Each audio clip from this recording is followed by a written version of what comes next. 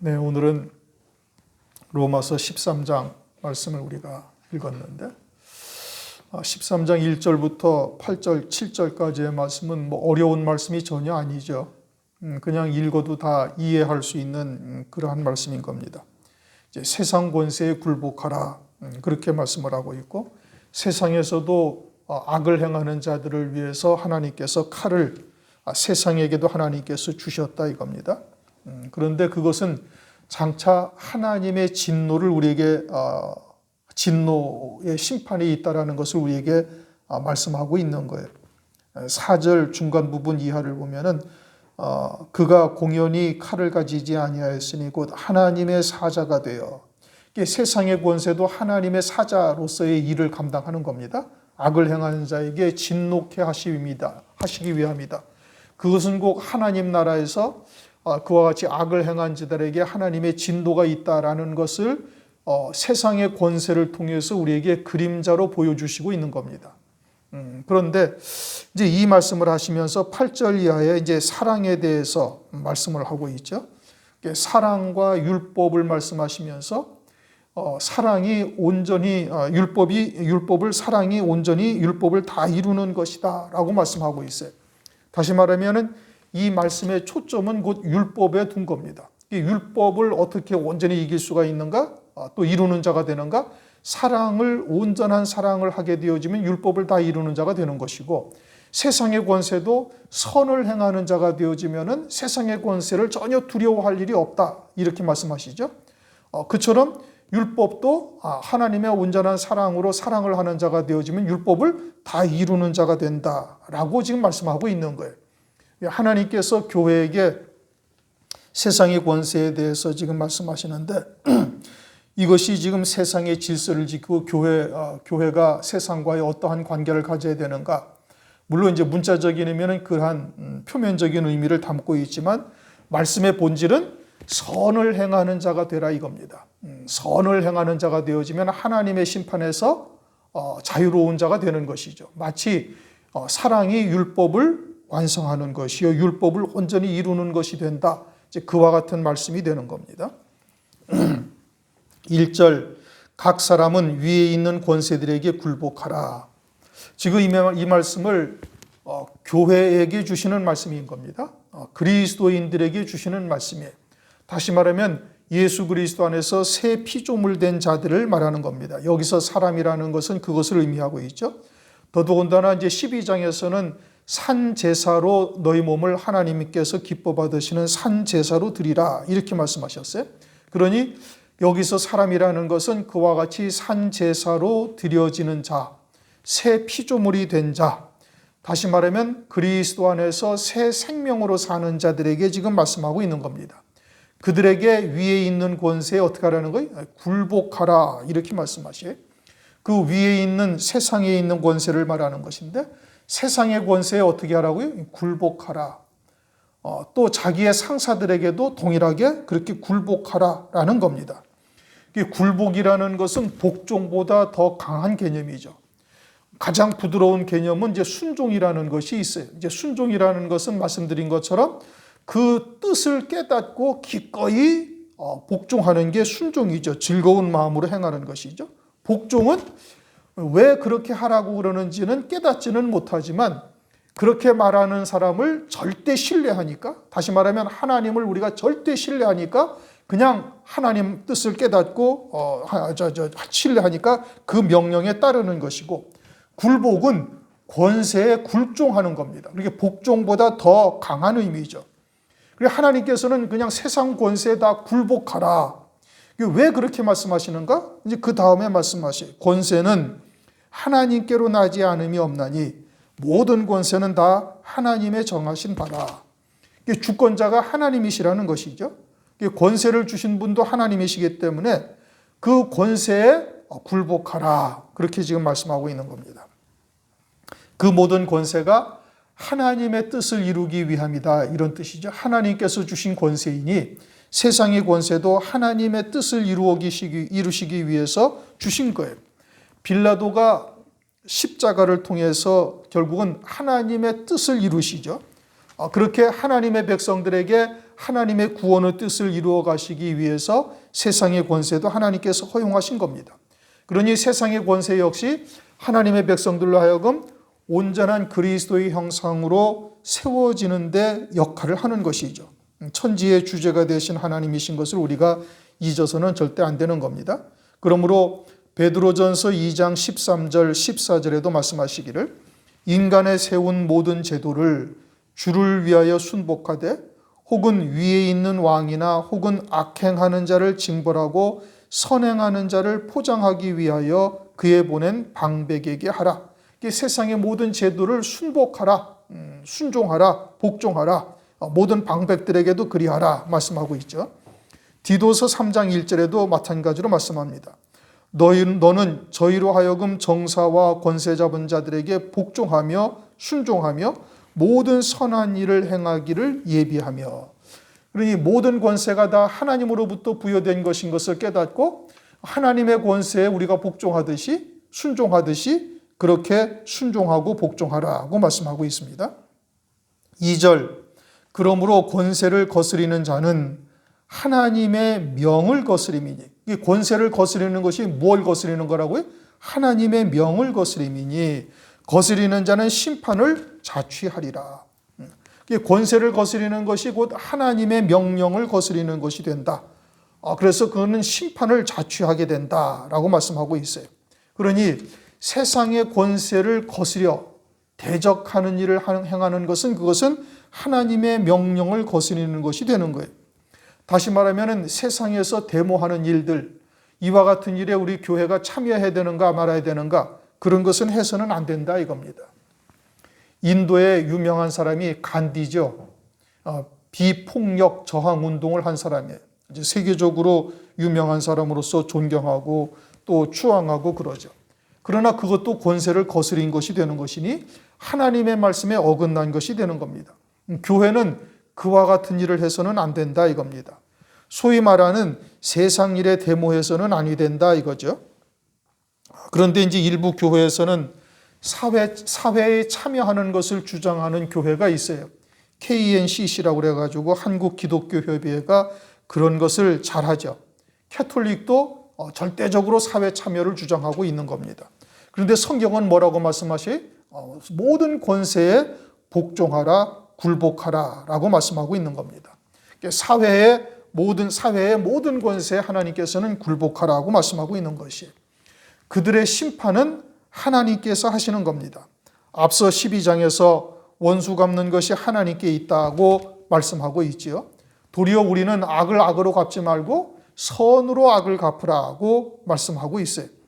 만약에 그들이 악을 행하되 그 죄악이 관영하게 되어지면은 하나님께서 심판하시게 되는 겁니다. 모든 권세는 다 하나님께서 허용하신 것이다 라는 것을 우리가 절대 잊어서는 안 됩니다. 그런데 이제 문제는 뭐냐? 여러분들도 다 아시다시피 다니엘서 3장을 보면은 느부갓네살 왕이 금신상을 세워놓고 모든 백성들은 다 금신상에게 우상에게 절을 하라 그렇게 명령을 내렸어요. 그리고 그 명령을 거절하는 자들은 풀무불에 불태워 죽이겠다. 그렇게 아주 여호와의 금령으로 선포를 해버렸죠. 그런데 다니엘의 세 친구가 그 금신상에 절하지 아니하고 이제 그것을 누가 이제 고자질을 해서 이제 느부갓네살 왕 앞으로 잡혀오게 되어집니다. 그래서 너희들에게 지금이라도 기회를 줄 테니까 저 금신상에게 절하면은 내가 살려주리라. 그런데 다니엘서 3장 16절 사드락과 메삭과 아벳느고가 왕에게 대답하여 가로되 느부갓네살이여 우리가 이 일에 대하여 왕에게 대답할 필요가 없나이다 하고 왕의 명령을 딱 거절합니다. 자, 그러면 이것이 성경은 우리에게 세상의 권세에 굴복하라, 복종 정도가 아니고 아주 굴복하라고 말씀하셨는데 그러면은 왕의 명령에게 굴복해야 될 터인데 다니엘의 세 친구인 사드락, 메삭, 아벳느고는 금신상에게 우리는 절할 수가 없다라고 말하면서 그냥 7배나 더 뜨거운 풀무불에 던져지는 역사가 이제 벌어졌어요. 물론 이제 결과는 우리가 알고 있죠. 그러면 이것이 세상 권세에 굴복하라는 말씀과 어떻게 되는 것이냐가 이제 문제인 겁니다. 이것을 우리가 심각하게 잘 생각해서 이제 생각해 봐야 되는 거예요. 제가 13장 말씀을 들어가면서 말씀한 것이 여기서 사람이라는 것이 누구라고 말씀을 드렸어요? 새 피조물 된 자다 이겁니다. 그렇죠? 그리스도 안에서 새 생명으로만 사는 자로 살고 있는 하나님의 백성들을 말하는 거예요. 다시 말하면 그리스도의 것이 되었고 그리스도인을 말하는 겁니다. 그것은 우리는 지금 우리의 육체는 예수와 함께 이미 죽은 자라는 것을 우리는 믿음으로 고백하고 있고 이제는 예수 안에서 그 새 생명으로만 사는 자예요. 그러면 그 새 생명으로만 사는 자요, 이제 그것이 나의 참 자요, 나의 생명이 되어져 있죠. 그런데 그 새 생명으로 사는 자는 육체에 속한 거예요? 그럼 세상에 속한 자예요? 아니면 하나님의 나라에 속한 자입니까? 하나님의 나라에 속한 자인 거예요. 그러니까 나는 비록 육체를 입고 이 땅에서 세상에서 다스리는 여러 가지의 법령이나 권세에 지금 구속되어져 있는 것처럼 보이지만은 실제 나는 내 자아는 그것이 아니라 영원한 생명이 나의 참 자아인 것이고 그 영원한 생명은 지금 그리스도와 함께 하나님 나라에 앉아 있고 하나님의 말씀에 의해서 다스림을 받는 존재인 거예요. 그것이 우리의 본질이다 이겁니다. 참 자아다 이거 정체다 이겁니다. 그러면 그 영원한 생명으로 사는 나의 참 자아, 다시 말하면 새 피조물 된 나는 우상에게 절을 할 수가 있어요 없어요? 못하는 거예요. 만약에 그걸 한다면 그것은 새 피조물로 사는 존재가 아니고 하나님의 나라에서 하나님의 말씀으로 다스림을 받고 있는 존재가 아닌 거예요. 그러니까 하나님의 말씀으로 받고 있는, 하나님의 말씀으로 다스림을 받고 하나님 나라에 속해져 있는 나는 절대 우상에게 경배를 하거나 우상에게 절을 할 수가 없다 이겁니다. 그리고서는 그와 같이 하늘에 속한 자로서 사는 자가 되어지면 그렇게 세상의 권세로서 우리로 하여금 우상을 숭배하게 하거나 이제 장차 환난 날이 되면 짐승표를 받게 하는 일이 그것이 우리의 영적인 생명을 죽이는 일이요, 나로 하여금 하늘나라에서 영원히 망하게 하는 역사라는 것을 알고 있고 그 하나님의 말씀의 다스림에 배치되는 그와 같은 행동을 할 수가 없다 이겁니다. 오히려 그렇게 세상의 권세로 우리로 하여금 죽이려고 다가오는 권세는 나로 하여금 더 큰 영광에 이르게 하시는 하나님의 역사라는 것을 깨닫는 것이죠. 장차 환난 날에도 똑같은 겁니다. 세상에 다스리는 적그리스도를 우리가 과연 경배해야 되는가 안 해야 되는가? 안 해야 된다 이겁니다. 그럼 왜 하지 말아야 되는가? 하나님은 성경 말씀에 세상의 권세에 너희가 굴복하라고 그랬잖아요. 지금 13장 1절에 굴복하라고 그랬죠. 우리가 조금 전에 살펴봤던 다른 성경에서도 세상의 권세에 절대 그 명령에 복종하고 순종하라고 말씀하고 있는 거예요. 그러면 세상 권세를 가진 적그리스도가 짐승표를 가지고 짐승표를 받게 하고 짐승을 경배하게 할 때 그것을 우리가 세상의 권세에 굴복해야 되는가 말아야 되는가? 이것은 자기가 새 피조물로서 하나님의 말씀에 통치를 받고 하나님의 나라에 속한 자로서 살고 있느냐 아니냐, 그것을 자기가 자아가 무엇인지를 깨닫고 있다면 이거는 아주 명확관하게 아주 불을 보듯 딱 뻔하게 딱 나타날 수가 있는 겁니다. 결과가 무엇인지를 금방 알 수가 있다 이런 뜻이에요. 그러니까 다니엘의 세 친구는 이미 이제 그와 같은 하나님의 뜻을 알고 있고, 그리고 누부갓네살 왕에 의해서 금신상에게 절하라는 그와 같은 명령은 우리로 하여금 첫째 부활의 영광에 이르게 하시려는 하나님의 그런 섭리라는 것을 깨닫고 하나님의 뜻이라는 것을 깨닫고 절대 그와 같은 금신상에게 절하지를 아니한 것이죠. 그러니 이 말씀이 지금 어떠한 시각에서 바라봐야 되는가를 우리가 잘 알아야 되는 겁니다. 에베소서 6장 1절 자녀들아 너희 부모를 주 안에서 순종하라 이것이 옳으니라. 주 안에서 순종하라라는 것은 주님 안에 있는 자로서의 하나님의 뜻에 합당한 순종을 하라는 얘기죠. 하나님의 나라의 다스림을 받고 있는 존재로서 새 피조물로서 순종하라는 얘기입니다. 그러니까 그 하나님의 나라 안에서 하나님의 말씀으로 다스림을 받고 있는 자의 영역을 벗어난 것이 되어지면 그거는 절대 순종해서는 아니 된다 이런 의미인 겁니다.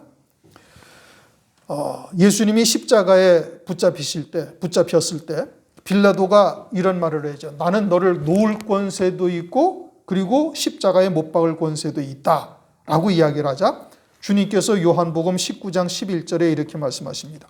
예수께서 대답하시되 위에서 주지 아니하셨다면 나를 해할 권세가 없으리니 그러므로 나를 네게 넘겨준 자의 죄는 더 크니라. 예수님은 하나님의 아들이시고 하나님의 나라에 속한 분이시죠. 그러니까 세상 권세에 굴복할 수가 없는 것이고 또 이 일을 위해서 이루실 하나님의 뜻이 무엇인지를 잘 알고 계시는 거예요. 그러므로 그와 같은 일에 빌라도에게 굴복할 수가 없어서 십자가에 죽임당하시는 일을 마다하지 아니하시는 겁니다. 하나님의 이루실 뜻이 무엇인지를 알고 계시기 때문에 그러시는 것이죠. 그러니 그와 같은 것은 세상의 권세를 거스리는 것이 아니에요. 세상의 권세에 굴복하라, 세상의 권세에 거스리지 말라라는 것이 무엇을 의미하는지를 우리가 잘 깨달아야 되는 겁니다. 우리는 하나님의 나라에 속한 자들이고 하나님의 통치를 받고 있는 존재들인 거예요. 세상 나라와는 전혀 상관없는 존재들이 되어져 있음을 말씀하고 있는 겁니다. 권세를 거스르지 말라라는 것이 세상 정의를 구현하지 말라 이런 뜻이 아닌 겁니다. 교회는 사회 구원을 이루는 것이 아니에요. 세상 나라는 세상 나라고 우리는 하나님 나라에 속한 새 피조물이다. 하나님의 통치를 받고 있는 존재들이다. 하나님의 뜻을 쫓아 이 땅에서 영생의 열매를 맺는 삶을 사는 존재들이다. 이것을 절대 잊어서는 아니 되는 겁니다. 3절 관원들은 선한 일에 두려움이 되지 않고 악한 일에 대하여 되나니 네가 권세를 두려워하지 아니하려느냐 선을 행하라 그리하면 그에게 칭찬을 받으리라. 이제 사회에 보면은 경찰들이 있죠. 경찰들은 선한 일을 행하는 자를 악한 일을 행하는 자들에게서 보호해 주는 자가 되는 겁니다. 이제 세상 권세가 그렇죠. 선을 행하는 자에게 두려움을 주는 것이 아니다 이겁니다. 그러나 악을 행하는 자들에게는 세상의 권세가 두려움이 되죠. 그들을 구속하고 벌하고 감옥에다가 보낼 수 있는 자들이 되기 때문에 그러는 겁니다. 그러니 세상의 권세를 두려워하지 아니하려면 어떻게 하면 되는가? 선을 행하면 된다. 그러면 도리어 칭찬을 받는다 이겁니다. 그런데 이제 선을 행하라. 여기서는 이제 세상의 선을 말하는 겁니다. 그러면 세상의 경찰이나 세상의 권세를 두려워하지 아니할 수가 있다. 이제 성경에서의 선은 이제 이미 우리가 여러 차례 말씀드린 것처럼 영생의 그 초점이 맞추어져 있는 것이죠. 하나님이 선하시고 하나님의 뜻이 선하신 뜻이고 그래서 성경에서의 선이라는 것은 그 말씀의 초점이 영생에게 맞추어져 있는 거예요. 영생을 이루는 것이 되어지면 그것이 선한 것이다. 제가 이제 그렇게 설명을 드렸습니다. 그러면은 세상의 선과 하나님의 선과의 차이가 무엇이냐? 하나님의 선은 세상의 선을 넘어서 영의 세계까지 이르는 것이 선이에요.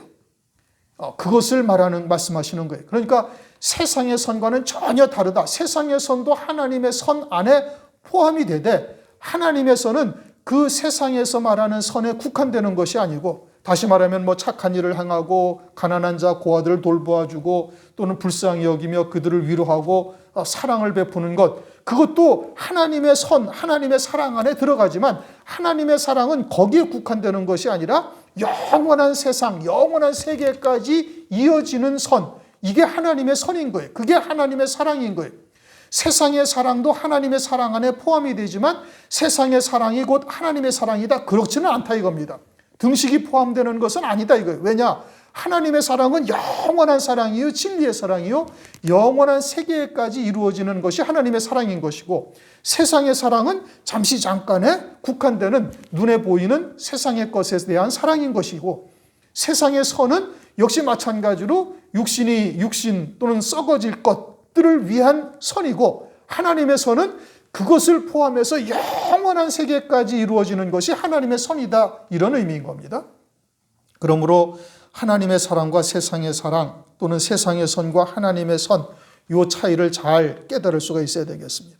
4절 그러면은 우리도 역시 마찬가지로 세상에서도 선을 행하면은 세상의 권세를 전혀 두려워하지 아니하는 거예요. 그렇죠?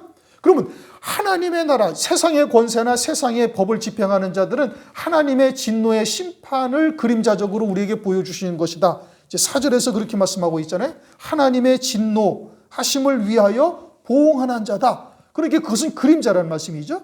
그러면 세상에서도 선을 행하면 세상의 권세를 전혀 두려워할 필요가 없다 이거예요. 그러면 하나님의 나라에서도 마찬가지예요. 하나님의 나라에서는 하나님의 선을 행하는 자가 되어지면 하나님의 심판에 대해서 전혀 두려워할 필요가 없다, 이런 의미가 되는 겁니다. 그러니 세상의 선이 하나님의 선과 동일시될 수는 없는 것이에요. 그렇지는 않은 겁니다. 그러나 하나님의 선 안에 세상의 선도 포함은 할 수가 있으나 하나님의 선은 영원한 세계까지 이어지는 선이어야말로 하나님의 선이요 하나님의 사랑이다, 이런 의미인 겁니다. 4절, 그는 하나님의 사자가 되어 네게 선을 이루는 자니라. 어떻게 선을 이루는가? 넘어가서 곧 하나님의 사자가 되어 악을 행하는 자에게 진노하심을 위하여 보응하는 자니라. 하나님의 사자로서 일을 하는 자다 이겁니다. 경찰이나 사법부나 또는 재판이나 이 재판하는 이 모든 일들이나 전부 하나님의 사자로서 일을 행하는 것이고, 그것은 장차 하나님의 나라에서 그와 같이 하나님의 심판, 하나님의 보응이 있다라는 것을 계시하는 것이죠. 그리고 세상에서의 공의, 세상에서의 정의는 완전한 정의, 완전한 공의가 없죠. 그러나 하나님의 나라는 완전한 공의요, 완전한 의가 하나님께서는 이루신다 이겁니다. 그러니 오늘날 우리가 그와 같은 선을 행하는 자가 그러면은 이와 같이 세상에서의 심판을 두려워할 것도 아니고 하나님의 나라에서의 심판도 두려워할 일이 전혀 아니다. 그러니 원수가 줄이거든 먹이고 목마르거든 물을 마시우라. 악을 악으로 갚지 말고 선으로 갚으라 라고 말씀하고 있는 겁니다. 그래서 그러나 네가 악을 행하거든 두려워하라. 그가 공연히 칼을 가지지 아니하였느니라. 세상 권세는 사람으로서 악을 행하는 자에게 칼을 가지고 행합니다. 비록 악한 권세라 해도 그렇죠. 나라마다 정도의 차이는 있을지 모르지만은 그러나 대부분 다 그렇게 행하고 있어요. 그러나 참된 공의, 참된 정의는 하나님의 나라에게만 있는 겁니다. 그리고 세상에서의 이와 같은 공의를 행하게 함으로써 하나님께서도 이와 같이 선을 행하는 자에게 칭찬하시고 악을 행하는 자에게 벌하시는 것을 보여주는 겁니다. 히브리서 9장 27절, 한 번 죽는 것은 사람에게 정하신 것이요 그 후에는 심판이 있으리니. 5절, 그러므로 굴복하지 아니할 수 없으니 노를 인하여만 할 것이 아니요. 그러니 세상의 권세가 칼을 가지고 있다 해서 그것 때문에 거기에 굴복하여서는 아니 되는 것이고, 그것 때문에 하는 것은 아니고, 또한 양심을 인하여 할 것이니라. 스스로 인간의 양심을 쫓아 행하는 것이어야 된다.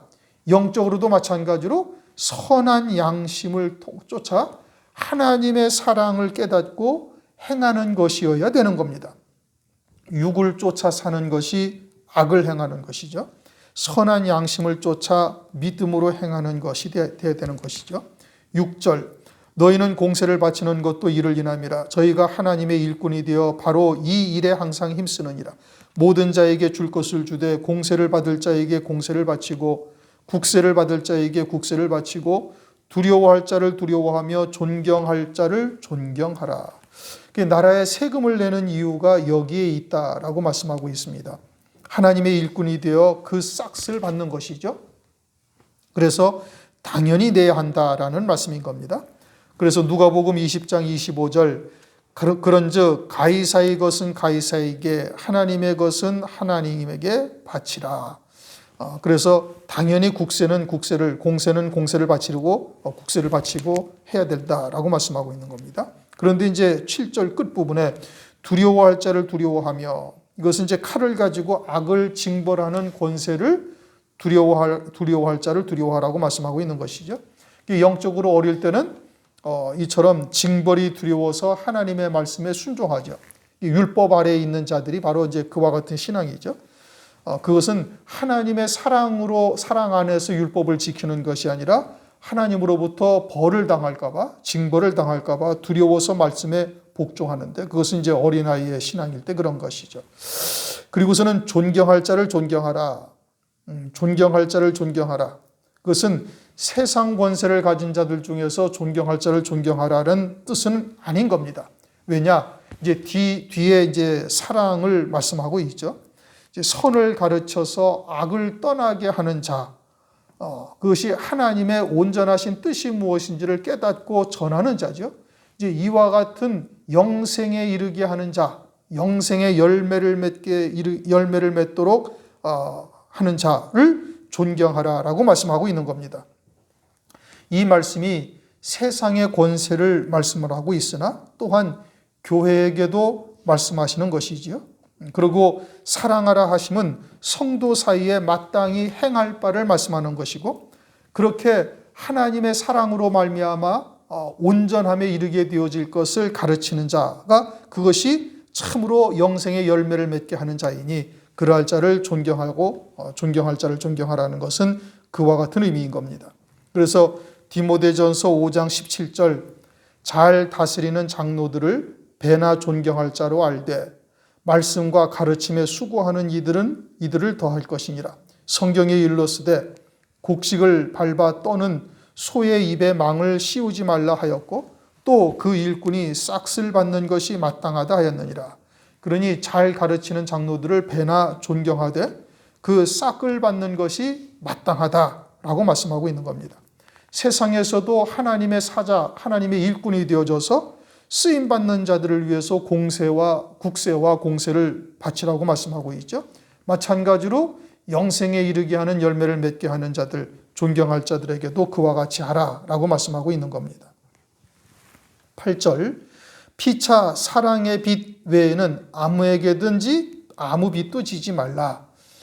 그러니까 간음, 살인, 도적질, 탐심 이런 것이 다 빚인 것이죠.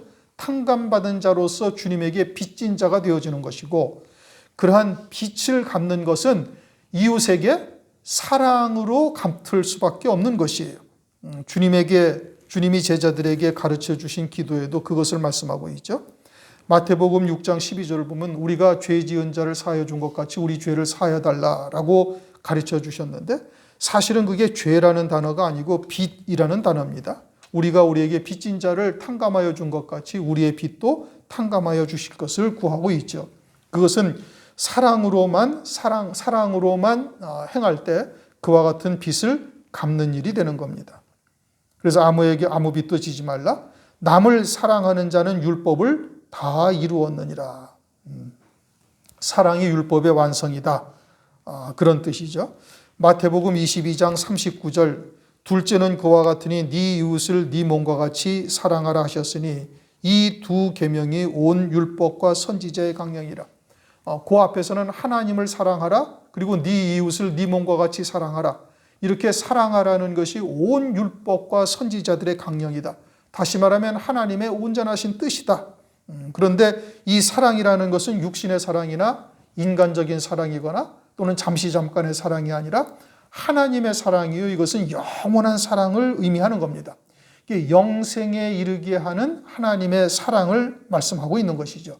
그러니까 그와 같은 사랑은 이 세상에 있는 것이 아니요 하나님에게만 있다. 요한일서 4장 7절 사랑하는 자들아 우리가 서로 사랑하자. 사랑은 하나님께 속한 것이니. 그러니까 이와 같은 사랑은 영원한 사랑을 말하는 거예요.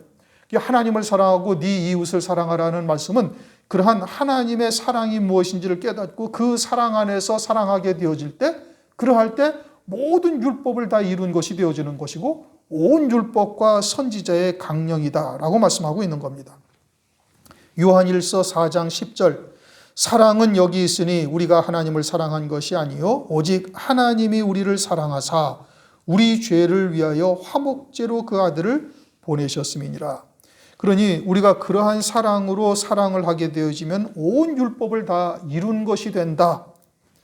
그러니 이제는 말씀의 초점이 사랑과 율법으로 옮겨졌습니다. 앞에서 8절, 7절까지의 말씀은 세상의 법과 그리고 선을 행하는 자로서 결론을 내셨는데, 그런데 이제 말씀의 초점이 율법과 사랑으로 옮겨진 거예요. 세상의 권세에 굴복하라 하시면서 그 말씀이 율법으로 옮겨졌고, 선을 행하라고 말씀하시면서 그 말씀이 사랑으로 옮겨진 겁니다. 결국 말씀의 본질은 세상의 권세나 세상이 아니라 율법이요 교회를 말씀하고 있는 것이죠. 선을 행하면 세상의 권세에 두려워할 것이 없다, 두려워할 일이 아니다 라고 말씀하시듯이 하나님의 사랑으로 사랑하는 자가 되어지면 하나님의 심판, 하나님의 율법의 정죄에서 온전히 자유로운 자가 되어지고 율법을 다 이룬 자가 되어진다. 그러니 하나님의 사랑, 통해서 어떻게 율법을 온전히 이룬 자가 되어지는지를 세상의 법과 세상에서 선을 행하는 자는 율법에 저촉받지 아니하는 것, 세상의 법에 저촉받지 아니하는 것을 통해서 우리에게 교훈하시는 겁니다. 그림자적인 것을 계시하고 있는 거예요. 무슨 얘기인지 이해가 되셨습니까? 지금 1절부터 7절까지 교회에게 세상법에 순종하라. 물론 세상법에 순종해야 하고 굴복해야 되죠. 그러나 그것이 말씀의 본질을 말하는 것이 아니에요. 세상법을 통해서 지금 하나님의 나라를 설명하고 있는 거예요. 세상에서도 세상의 법, 사회법에 우리가 저촉되지 아니하기 위해서는 선을 행하면은 절대 사회법이나 이런 것에 우리가 걱정할 일이 하나도 없죠. 오히려 칭찬을 받는다 이겁니다. 마찬가지로 율법도 마찬가지다 이런 의미예요. 지금 이 말씀의 본질은 지금 8절부터 10절을 설명하기 위해서 1절부터 7절 우리가 잘 이해할 수 있도록 세상의 법에 대해서 지금 설명하고 있는 거예요. 너희가 착한 일을 행하느냐? 그럼 세상 법이 너희들은 아무것도 너희들을 저촉할 것이 없다. 너희들은 그걸 걱정할 일도 아니다. 오히려 칭찬을 하고 세상 법도 누구를 위해서 둔 거예요? 악을 행하는 자들을 징벌하기 위해서 둔 것이고 그것이 하나님의 사자가 되어 하나님의 일꾼으로 쓰임받는 자들이다 라고 말씀하고 있죠. 그런데 그것은 그림자고 실상은 뭘 말하는 거예요? 율법과 하나님의 사랑, 하나님의 선을 이루는 자가 되어지면은 너희들도 율법은 그건 아무것도 염려할 것이 없다. 하나님을 사랑하고 네 이웃을 사랑하되 하나님처럼 사랑하는 자가 되어지면은 율법의 완성이다 이거예요. 그걸 말씀하고자 하는 거예요. 그러니 하나님의 사랑으로 우리가 온전한 사랑을 이웃과 형제들에게 하게 되어지면 율법을 완성한 거예요. 율법을 다 이룬 자가 되어진다. 그래서 주님이 우리를 사랑하시되 그렇게 사랑하셨다 이거죠. 그래서 율법을 다 이루신 분이 되는 것이고 그리스도를 믿는 자에게 그와 같은 의의 옷을 우리에게 입혀주시는 겁니다. 9절 간음하지 말라, 살인하지 말라, 도적질하지 말라, 탐내지 말라 한 것과 그 외에 다른 계명이 있을지라도 네 이웃을 네 자신과 같이 사랑하라 하신 그 말씀 가운데 다 들었느니라. 이게 모든 율법을 다 온전히 이루기는 자가 되려면 어떻게 하면 된다? 하나님의 사랑을 깨닫고 그 사랑으로 사랑하는 자가 되어지면 모든 율법을 다 이룬 것이 된다라고 말씀하고 있는 겁니다. 그것을 세상의 권세와 세상의 법을 통해 가지고 우리에게 교훈하고 계는 거예요. 세상에서도 봐라. 선을 행하는 자, 착한 일을 행하는 자 아무도 징벌하지 아니하고 그들은 오히려 세상의 법은 악을 행하는 자들을 위해서 두신 것이다. 그러니 세상에서도 선을 행하는 자는 법에 대하여 저촉받을 일이 하나도 없다. 마찬가지로 하나님의 나라에서 하나님의 심판이 있을 터인데 그 심판 가운데 그 모든 심판을 이기고 율법으로부터 자유함을 얻는 자는 누구냐? 하나님의 사랑이 무엇인지를 깨닫고 그 사랑으로 사랑을 하는 자가 되어지면 그러하다라고 말씀하고 있는 겁니다. 온전한 사랑을 하게 되어지면 그 안에 다 들어있다 이거죠. 그래서 10절 사랑은 이웃에게 악을 행치 아니하나니 그러므로 사랑은 율법의 완성이니라. 하나님의 사랑은 그러한 악을 행하지 아니하죠. 악을 또 악으로 갚지도 아니하고 오히려 핍박하는 자를 축복하라.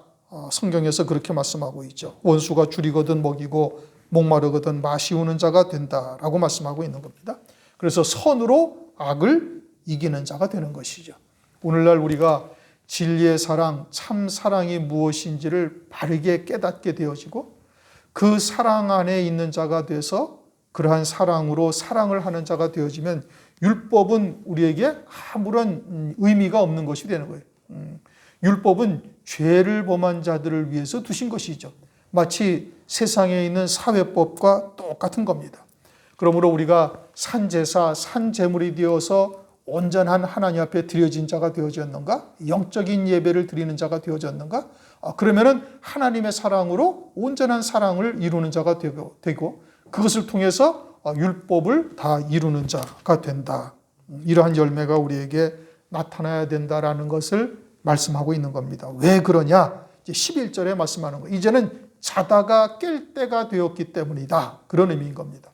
이게 딱 오늘날 우리에게 주시는 말씀이죠. 우리는 이미 자다가 깰 때가 이미 된 거죠.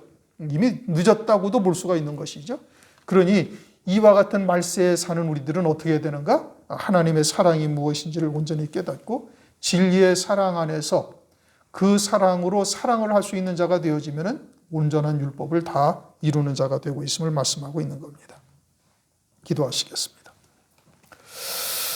하나님 감사합니다. 오늘도 로마서 13장 말씀을 통해서 세상의 모든 권세에 굴복하라.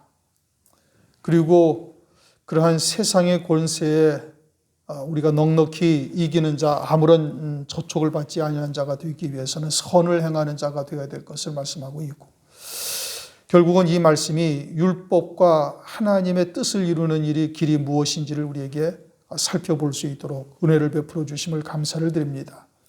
우리가 율법이 살인하지 말라, 간음하지 말라, 기타 등등 여러 가지를 말씀하고 있으나 하나님의 사랑 안에 거하며 그 사랑으로 사랑을 하는 자가 되어지면 모든 율법을 다 이룬 것이요 율법의 완성이다. 그러니 하나님의 심판을 걱정할 일도 아니게 되어짐을 깨닫게 하시니 감사를 드립니다. 무엇보다도 우리가 온전한 산 제사, 산 제물로 하나님 앞에 드려진 자가 되게 도와주시고, 이와 같은 선한 열매들이 우리의 삶 가운데 나타날 수 있도록 은혜 위에 은혜를 더하여 주시옵소서. 그러므로 이 마지막 때 하나님의 뜻을 이루는 도구로 쓰임받을 수 있도록 역사하여 주시옵소서. 예수 그리스도의 이름으로 감사하며 기도드리옵나이다. 아멘.